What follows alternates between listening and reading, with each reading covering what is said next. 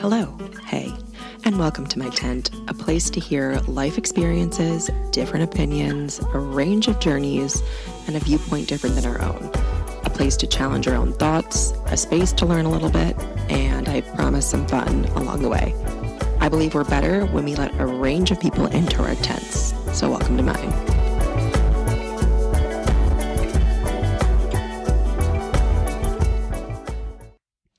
Hello, everyone. Welcome back. It is Wednesday for another episode of the Welcome to My Tent podcast. We're going to be having a little chit chat today, solo episode on a couple different things that have to do with aging. I guess is the best way to put that. We are coming up into a holiday week, which is exciting, the 4th of July, but also the 5th of July happens to be my birthday. I will be turning 35 on Friday, and it's an interesting age. I was kind of noodling on this before I hopped on, where I'm not a super young person. I'm not 17, but I don't really feel like I'm middle-aged. So I don't really know what 35 is, other than the fact that I am a millennial and pretty much every aspect of a millennial that you could be. But yes, my birthday is coming up, which I'm very excited about. And it's always a weird kind of time of year too, because it's the 4th of July. So I usually just end up mixing my birthday into the 4th of July celebrations, because who really wants to rally up on the 5th after typically you've been celebrating on the 4th as well? So there's that. Funny story though. So growing up, it wasn't maybe the greatest date of a birthday to have, because it was summer break, and then typically people would be on vacations with their families or celebrating with their families. So people weren't always around on the 5th. But my mom actually had a planned and scheduled C-section with me, and she really wanted me to be born on the 4th, but the doctors were not going to be working on a holiday unless she went into labor. So she purposely picked the 5th, hoping that she would go into labor on the 4th and I would be a 4th of July baby. But alas, I was very cozy in there and did not come out until the 5th. But that's probably more information than you all needed to know. But that is essentially the origin of how I was born. On the 5th of July in 1989. I spent a glorious 6 months in the 80s. So I don't have much commentary on what it's like to be in the 80s, but I do know what it's like to be a 90s kid. And if you know, you know. It was one of the most epic generations to grow up in my opinion. We didn't really have phones yet. The internet didn't come around until we were a little bit older. There was no social media when we were growing up, and we were always outside and watching weird shit on TV. And what a time to be alive. But let's discuss some of the things that I feel about birthdays and aging and what happens in my experience as I am getting older. Last year, I did a 34 Things I've Learned in 34 Years episode, which was really fun. And you can go ahead and take a listen to that. I looked at what I had put on that list, and there wasn't too many changes I would want to make. So I felt as if it would just be the same episode over again, plus one more thing. But what I thought about is I can maybe chat through some of the things that I've experienced and some of the themes that I feel as I get older and as I approach more birthdays. And the first one that I want to say is I've really adopted this mindset that what a gift it is to get 1 year older. I think after my dad died, and he died when he was 72, which in this day and age, I wouldn't call that old. I mean, you're getting up there, 70s, but 72, I just don't really feel like is the same 72 that it was many years ago. I feel like people are living longer and healthier, which is an incredible thing. But there was a part of me that felt like he really did die too young. And while I am nowhere near my 70s, I did feel this sense of, whoa, like we really should appreciate and embrace every single day and month and year that we get to be here and get to experience things and make those memories. I think one of the saddest things for me in relation to my dad dying wasn't that he was gone. Of course, I miss his physical being, his physicalness of being on this earth. But what I mourn a lot are the things that he's not around for, or the memories that he's not going to get to have with us. And in an earthly sense, I'm witchy and I do believe he's out there in the universe somewhere hanging out, causing a scene. But that's really changed my mindset on this getting older mentality. And I really do now feel like what a gift it is to have had 35 years on this earth and going into my 36th trip around the sun, I think that's how that works, is incredible and miraculous. And that I've been able to do this relatively well and healthy with people that I love and things that I love doing is really a blessing. So that's kind of the first theme that I'm rocking with this year and all of the years to follow. But there's a couple of other things that I feel like I've thought a lot about as I am in this, what is it, mid-30s? I guess mid-30s. I'm in my mid-30s. But one thing that I also find to be really cool is that I know a lot, but I don't know it all. And there are many people in this world with a lot more life experience than I have had. And they've been around the block a few more times than I have. And I think it's really cool to be able to sit down with people that have experienced something that maybe you're experiencing for the first time, to get their wisdom, to get their 2 cents. And there's so much value that other people can give to us. And I think we live in a world where sometimes we can be resistant to other people knowing more than we do, but that's just the way of the world. And I really take this as an opportunity. If someone is willing to lend me their time and the willingness to teach me a little bit of something, my life is a whole lot richer when I have those people and those experiences from them and those conversations with them. And so I think we can all benefit from knowing we can teach a lot. We can teach a ton of things. I can teach people a lot of things that I have done many times and that I consider myself to have some expertise in. But we can also learn a lot from each other, not only our elders, so people that have maybe been around for longer, but we can learn something from anybody. We really can. And just to have so many people in this world with cool experiences, I think we're not supposed to know how to do it all. And some people fall into this mentality of wanting to either come across as or act like they know everything. And I have no problem saying, like, I don't know that, but if you want to teach me it, sweet. And every year that I grow older is another year of people that I've gotten to experience and learn something from or hear something about. And this podcast now in season 3, I have gotten to connect with so many different incredible people from all walks of life, people that are younger, people that are in their 60s and 70s, people that have very different professions and careers as I did. And each year that I get older and each day that I am still around to live this life is an opportunity to experience more humans that can teach us something. So that's one thing I really will say with getting older is it's such a benefit to that. And really just finding that in life has been a huge, huge blessing. Another thing that I really feel as I age is the desire and necessity to lean in to who I am. I read The Defining Decade. It is a book. It's a popular book. And if you have not read it, it was actually very, very interesting, where it was talking about how wild your 20s in particular can be, where who you are at 20 and who you are at 29 is a pretty much like very, very drastically different human being. And I am a testament to that. I mean, at 20 years old, I was still in college. I couldn't even legally drink. And at 29, I was married and living life with my partner in a different city that I originally was living in. And my life really drastically changed in those 10 years. But what I feel like is when I was especially in my 20s and in my earlier years, and I've worked a lot on getting out of this mindset, is the people pleaser in me and the tendency to want to cater my personality to the person that was in front of me.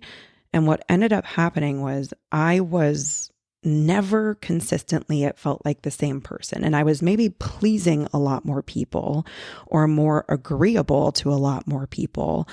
But I was having to constantly code switch in my brain what version of me I was going to show up as to make more of the masses be aligned to who I am. And since breaking free of that mindset and really leaning into who I am, I have been able to show up as myself more consistently. I have been able to really get clear on who I am willing to let into my circle, what I am willing to let my energy be affected by. And it's been really, really freeing. I learned so much in that decade of years in my 20s, where the lessons are very valuable. And I think I needed to go through that to get to where I am now. But I do feel like as I age, I am just becoming more concrete in who I am as a person.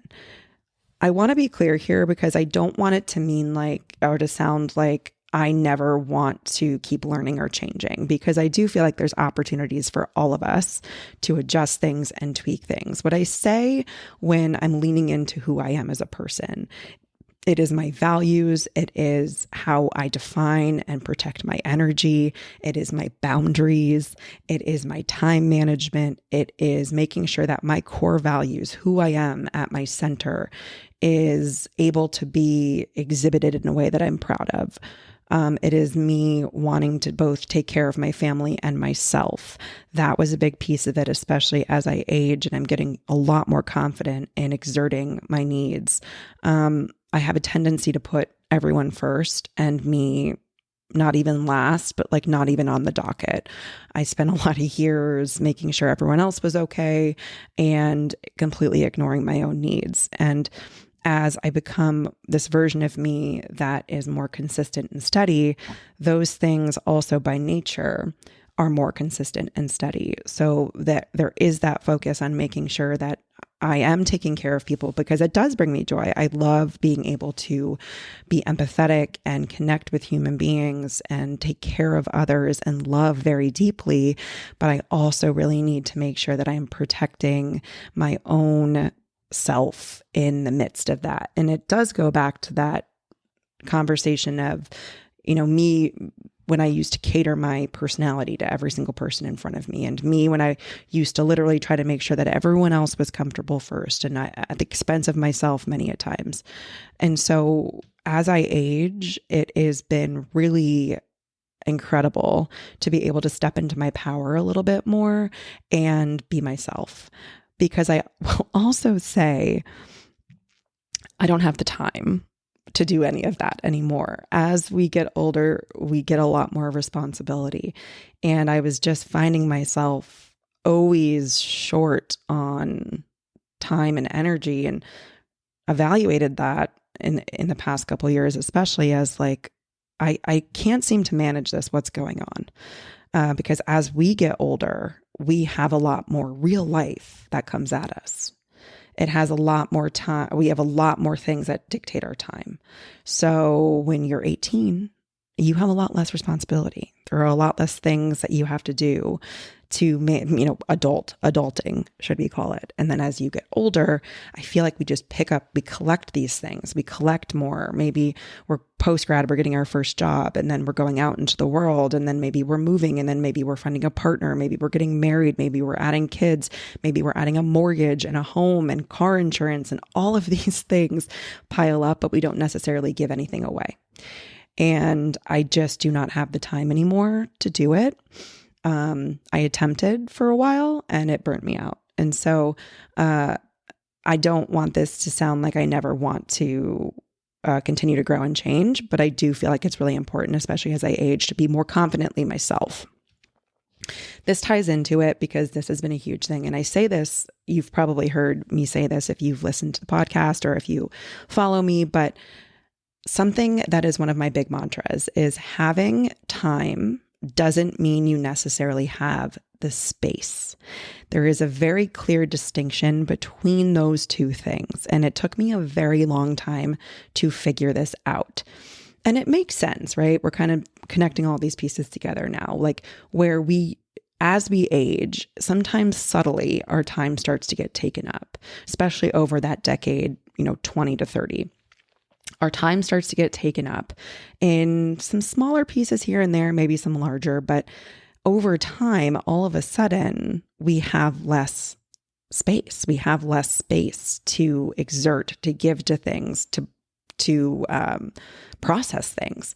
And it can catch up to us, and it can be really sneaky, where the burnout can happen. And all of a sudden you're like, I have no idea how I even got to this place where I'm barely functioning.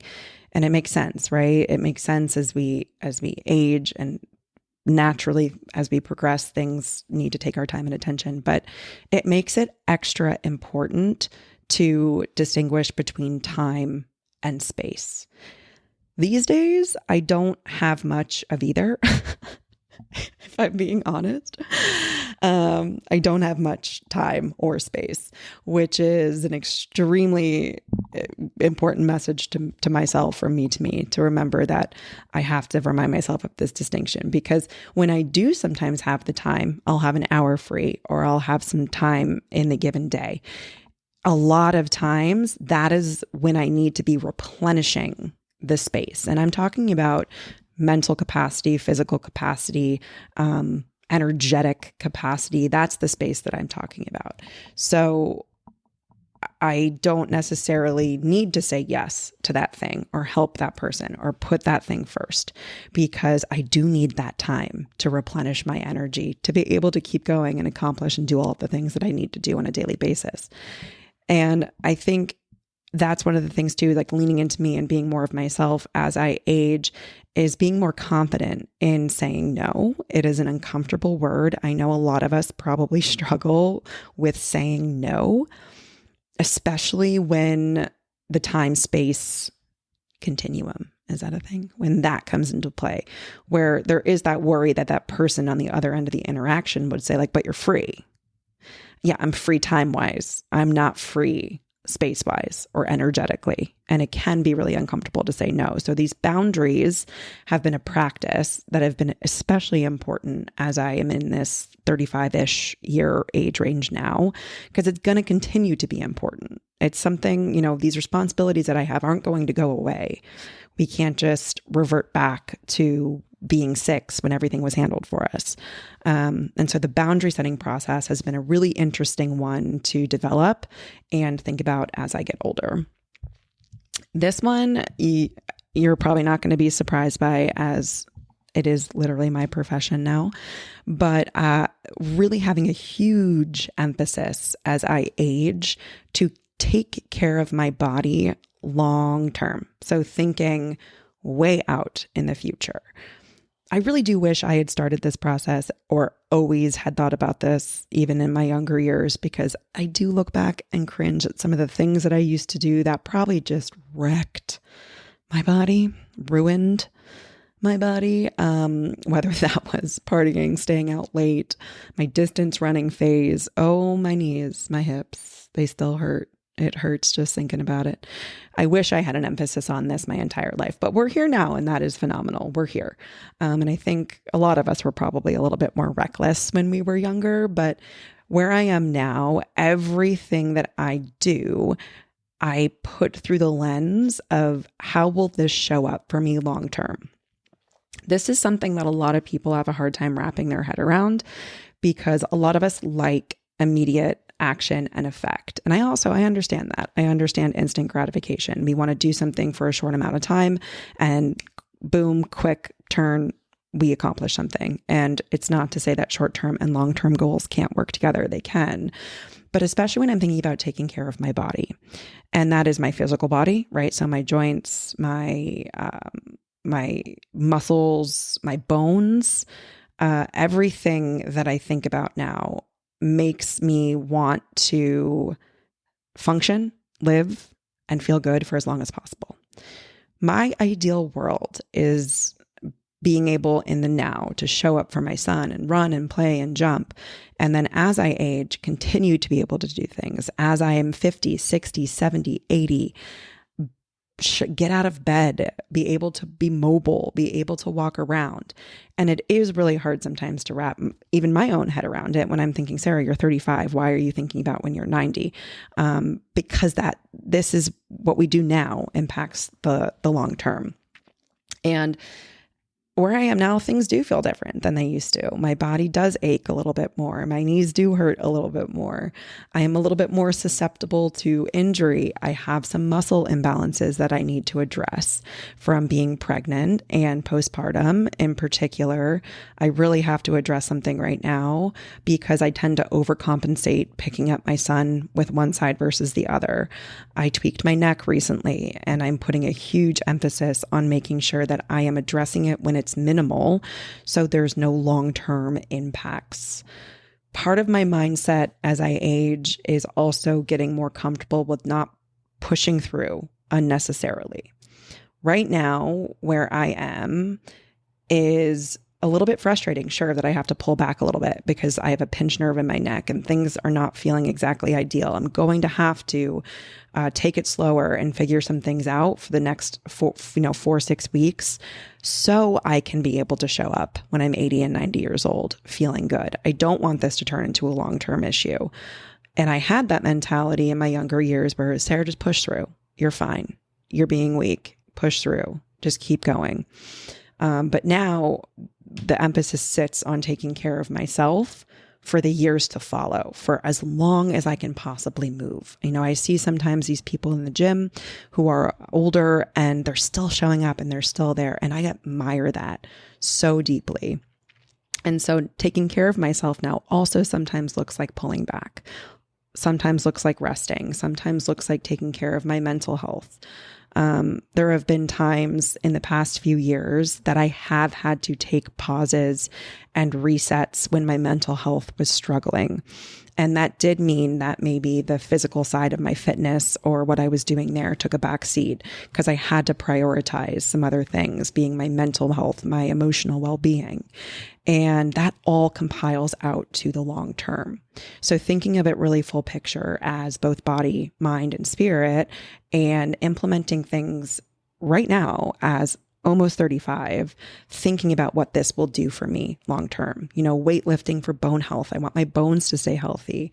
I want to be able to not have to get surgery when I'm older. My knees and my hips, they were going down a path that was not good. The wear and tear, the pain, the ligaments, all of it. Things were not going well. So yes, a huge emphasis on taking care of my body, even more so than I ever have. And I so sorry to my younger self for some of the chaotic things I put you through. I forgive her. I forgive myself for doing it to myself, right? But I think it's a really good thing to think about and note that taking care of us in the now, in the today, is really important for our future selves.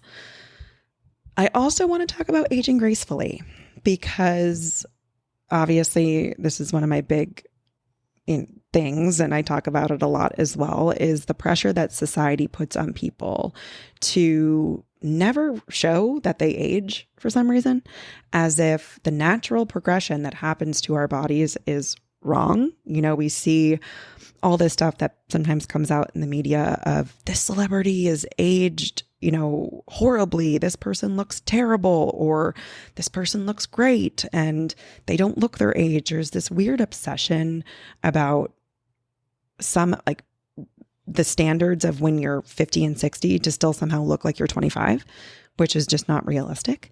And so as I come up on this birthday and as I get older, this concept of aging gracefully has been something that has been top of mind for me because I don't fear it. I do aim to take very good care of myself and eat well and hydrate and do my skincare and keep active.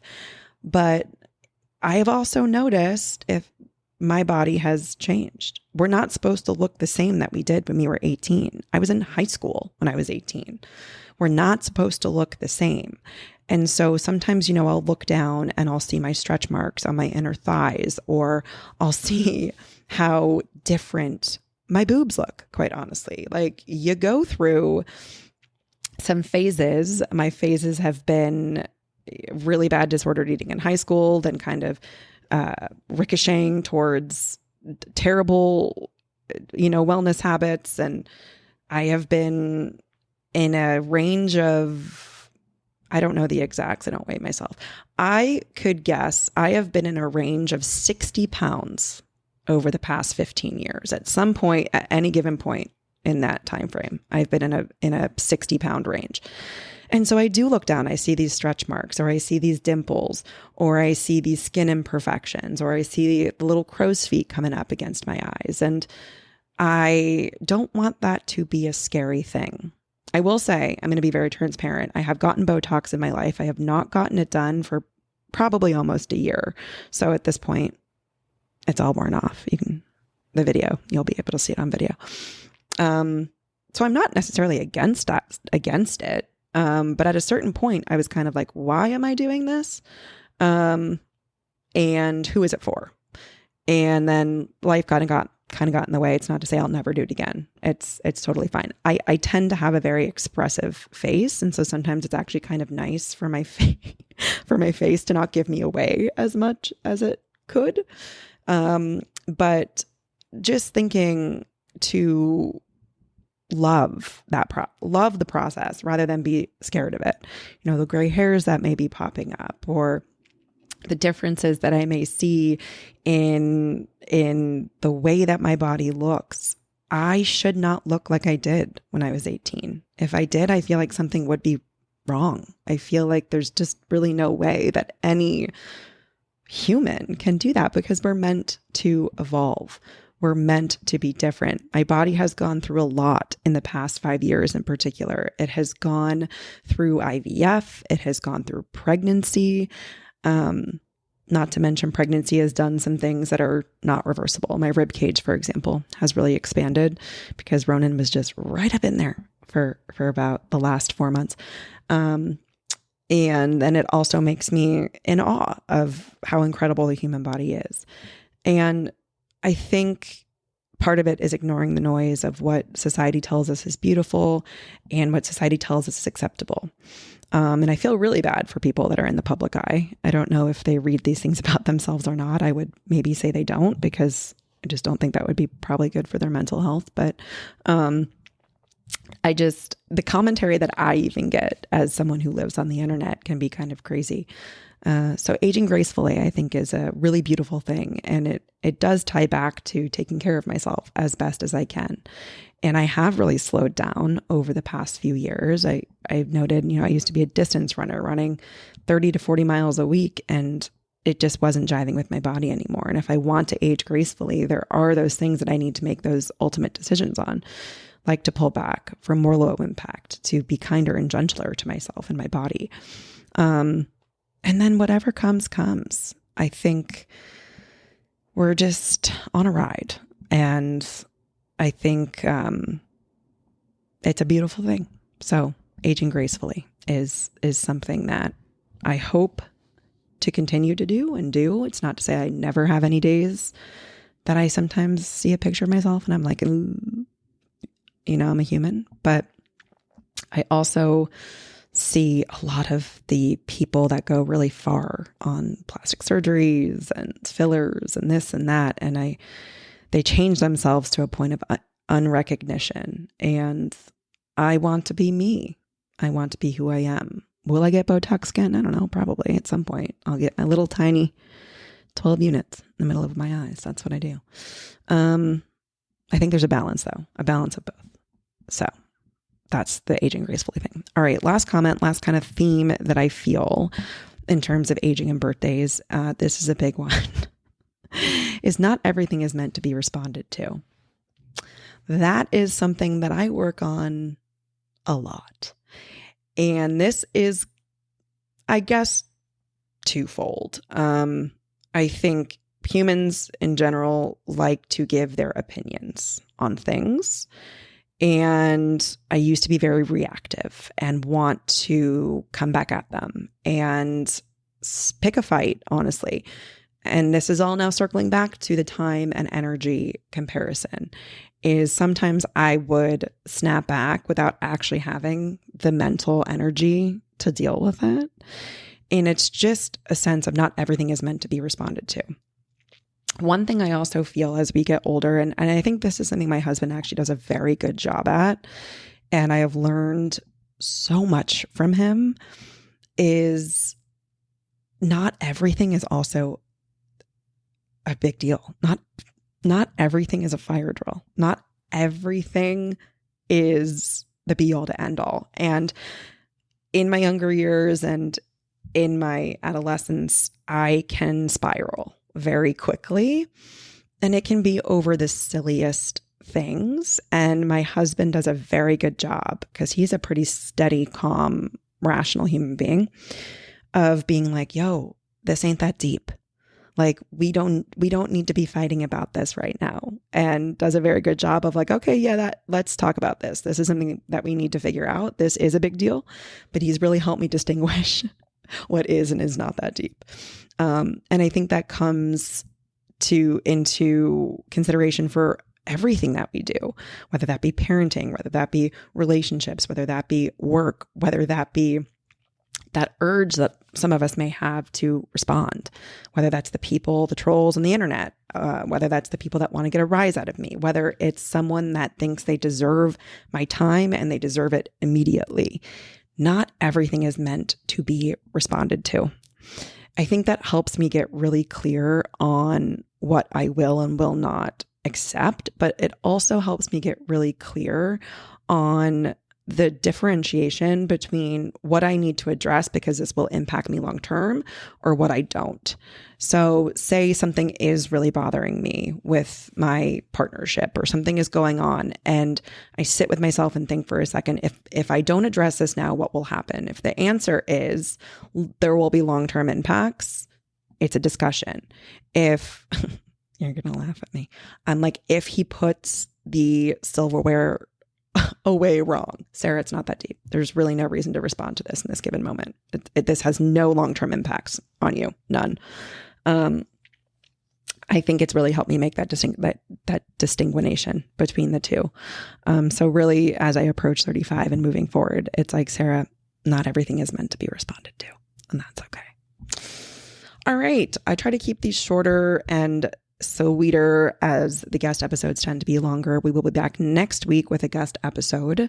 I hope everyone has a wonderful 4th of July and celebrates well. Stay safe. Please do not go near any fireworks. Thank you.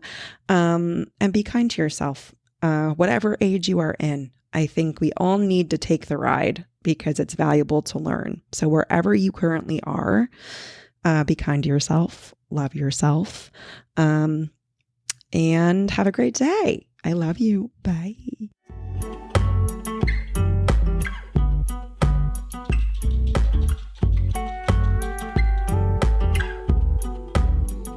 Thank you for tuning in to the Welcome to My 10 podcast. I hope you had as much fun listening as I do recording. I am so happy to have you here, and see you next episode.